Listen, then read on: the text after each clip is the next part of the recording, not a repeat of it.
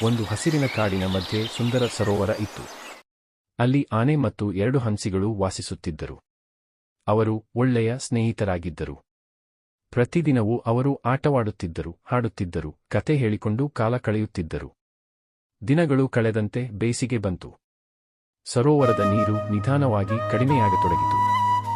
ಹಂಸಿಗಳು ಚಿಂತೆಯಿಂದ ಹೇಳಿದರು, ನಾವು ಹಾರಬಹುದು, ಆದರೆ ನೀನು ಹೇಗೆ ಬದುಕುವೆ? ಆನೆ ಮೌನವಾಗಿ ಕಣ್ಣು ತಗ್ಗಿಸಿತು. ಆನೆ ನಿಧಾನವಾಗಿ ಹೇಳಿತು, ನಾನು ಹಾರಲು ಸಾಧ್ಯವಿಲ್ಲ, ಆದರೆ ನಿಮ್ಮ ನೆನಪು ನನ್ನ ಮನಸ್ಸಿನಲ್ಲಿ ಉಳಿಯುತ್ತದೆ. ಕಣ್ಣೀರು ತುಂಬಿಕೊಂಡು ಹಂಸಿಗಳು ವಿದಾಯ ಹೇಳಿದರು. ಆನೆ ಅವರತ್ತ ನೋಡುವಷ್ಟರಲ್ಲಿ ಮನಸ್ಸು ತುಂಬಿತು. ಹಂಸಿಗಳು ದೂರದತ್ತ ಹಾರುತ್ತಾ ಹೋದವು. ಆನೆ ಅವರ ನೆನಪಿನಲ್ಲಿ ಮುಳುಗಿತು.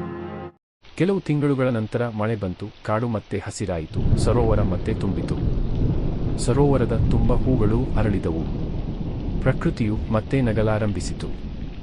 ಹಂಸಿಗಳು ಹಾರಿಕೊಂಡು ಬಂದವು. ನಮ್ಮ ಸ್ನೇಹಿತನನ್ನು ನೋಡಬೇಕು ಎಂದು ಸಂತೋಷದಿಂದ ಹೇಳಿದರು. ಆನೆ ಉಲ್ಲಾಸದಿಂದ ಸರೋವರದತ್ತ ಓಡಿತು. ಹಂಸಿಗಳು ಅದರ ಸುತ್ತ ತಿರುಗಿ ಸಂತೋಷದಿಂದ ಹಾಡಿದವು. ನಿಜವಾದ ಸ್ನೇಹ ಎಂದಿಗೂ ದೂರವಾಗುವುದಿಲ್ಲ, ಅದು ಹೃದಯದಲ್ಲೇ ಸದಾ ಜೀವಂತವಾಗಿರುತ್ತದೆ.